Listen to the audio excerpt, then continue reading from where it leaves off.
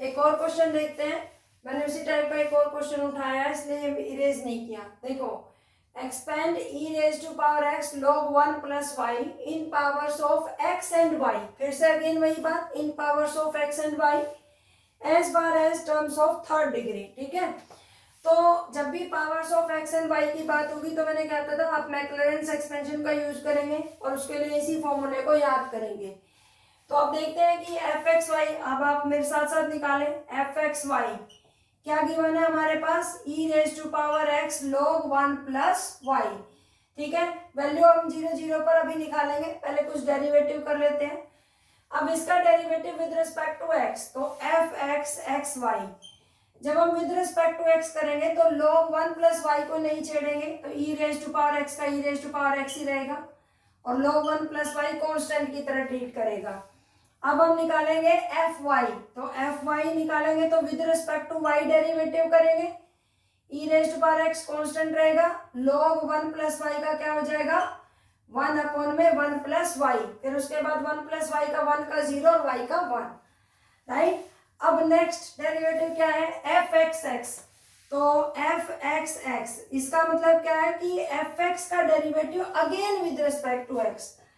तो देखो f x ये है, इसका again with respect to x, तो ई की पावर एक्स का तो ई की पावर एक्स ही रहना है, ये रहेगा log 1 प्लस वाई। ठीक, नेक्स्ट क्या लिखा हुआ है, एफ एक्स वाई, तो एफ एक्स वाई का मतलब क्या है कि y का एफ वाई का derivative again with respect to x, तो एफ वाई ये है, इसका विद रिस्पेक्ट टू एक्स करेंगे तो ये कांस्टेंट और ई की पावर एक्स का ई की पावर एक्स, तो ई की पावर एक्स अपॉन में 1 प्लस वाई, यही आ गया।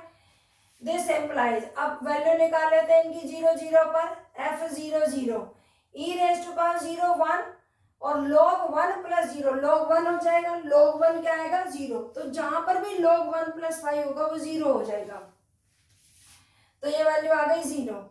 यहां पर एफ एक्स 0 0, फिर से log दिख रहा है आपको ये भी 0, यहाँ पर एफ वाई 0 0 रखेंगे तो ये ई रेज टू पावर 0 1 और ये 1 अपॉन में 1 प्लस 0 1।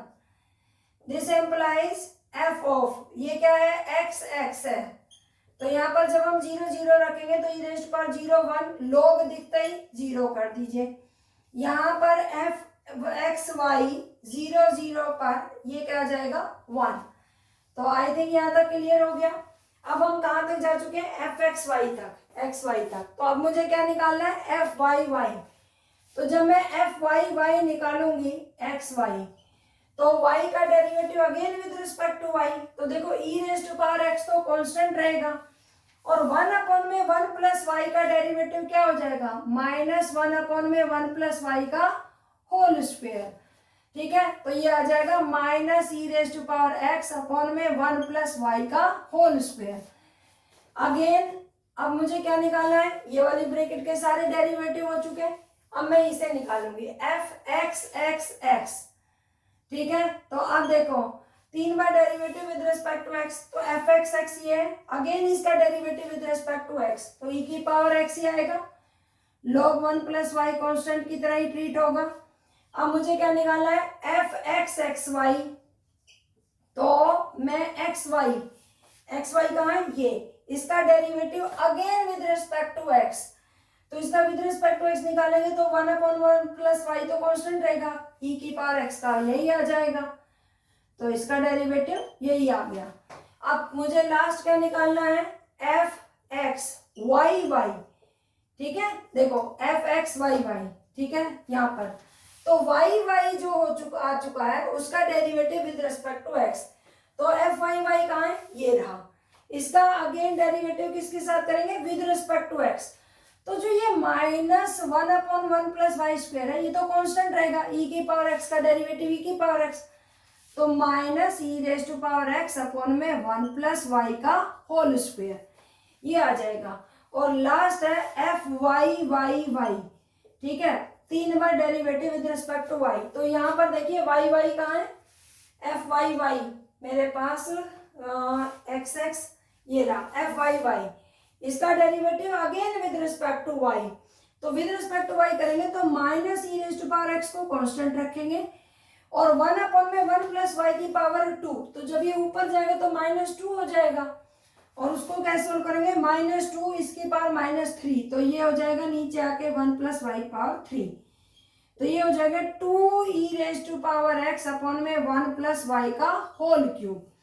अब हमारे सारे डेरिवेटिव्स निकल चुके हैं। अब हम इनकी वैल्यू किस पर निकालेंगे, 0 0 पर। ये वाले सारे निकाल चुके हैं, यहाँ निकलवाइए। तो यहाँ देखो f(y) की वैल्यू 0 0 पर, तो e⁻0 1, तो -1 हो गया नीचे, और 1 + 0 का स्क्वायर 1, तो वैल्यू क्या आ गई, -1। दिस एम्प्लाइज f(x)(x), इसकी वैल्यू 0 0 पर निकालेंगे तो फिर से log 1 + y, वो तो जहां भी देखेंगे आप 0 ही लिख दें। दिस एम्प्लाइज, अब यहाँ पर देखें f(x)(y) 0 0 पर, e⁻0 1 अपॉन में 1, तो ये आ गया 1। दिस एम्प्लाइज x(y) की वैल्यू 0 0 पर, e⁻0 1, तो नीचे 1 + 0 का स्क्वायर, तो -1। And the last one is f(y) at 0 0 2 e⁻0 1 upon में 1 + 0 का क्यूब 1, तो खाली वैल्यू क्या आ गई, 2। नाउ अब हम क्या करेंगे, इन सभी की वैल्यू इसी एक्सप्रेशन में रखेंगे। अगर इसका नाम मैंने इक्वेशन नंबर 1 रख रखा है तो पुट इन फर्स्ट, ठीक है। तो फर्स्ट में f(x)(y) की वैल्यू क्या है, e⁻x log 1 + y is equal to f(0 0) की वैल्यू क्या है, 0। तो आप लिखें या ना लिखें, ठीक है। उसके बाद क्या है, we can start x f(x).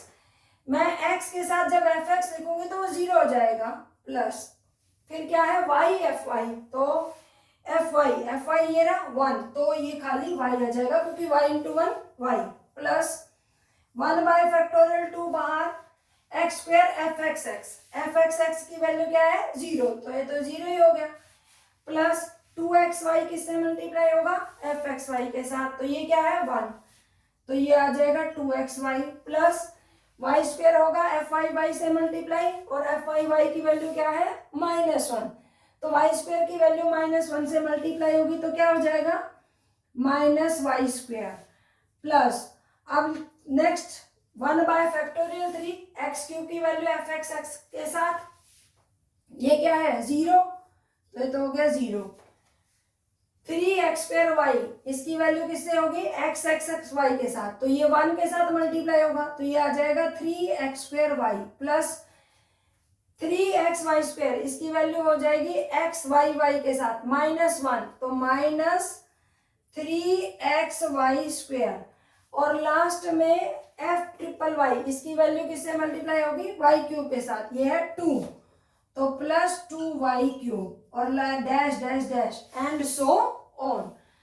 This is equal to, ये क्या आएगा, खाली y, ठीक है। यहां से देखो, ये जब फैक्टोरियल 2 अंदर जाएगा तो इसको डिवाइड करेगा, तो 2xy अपॉन में 2xy आ जाएगा, माइनस y² अपॉन में 2 आ जाएगा, प्लस सिमिलरली जब यहाँ फैक्टोरियल 3 अंदर जाएगा तो ये 6 है अपॉन, इसकी वैल्यू 6 है, तो जब इसके नीचे आएगा तो 1/2 हो जाएगा, तो ये हो जाएगा x² y अपॉन में 2, माइनस सिमिलरली इसके अपॉन में जाएगा तो xy²/2 आएगा, और जब इसके अपॉन में जाएगा तो y³ अपॉन में 3 हो जाएगा, ठीक है। तो प्लस एंड सो ऑन। तो देखो इस टाइप से हम अपना एक्सपेंशन निकाल सकते हैं। आई होप क्लियर हो गया होगा सभी बच्चों को, ठीक है। तो मैक्लॉरेंस एक्सपेंशन पर ये 2 क्वेश्चन मैंने समझाए हैं।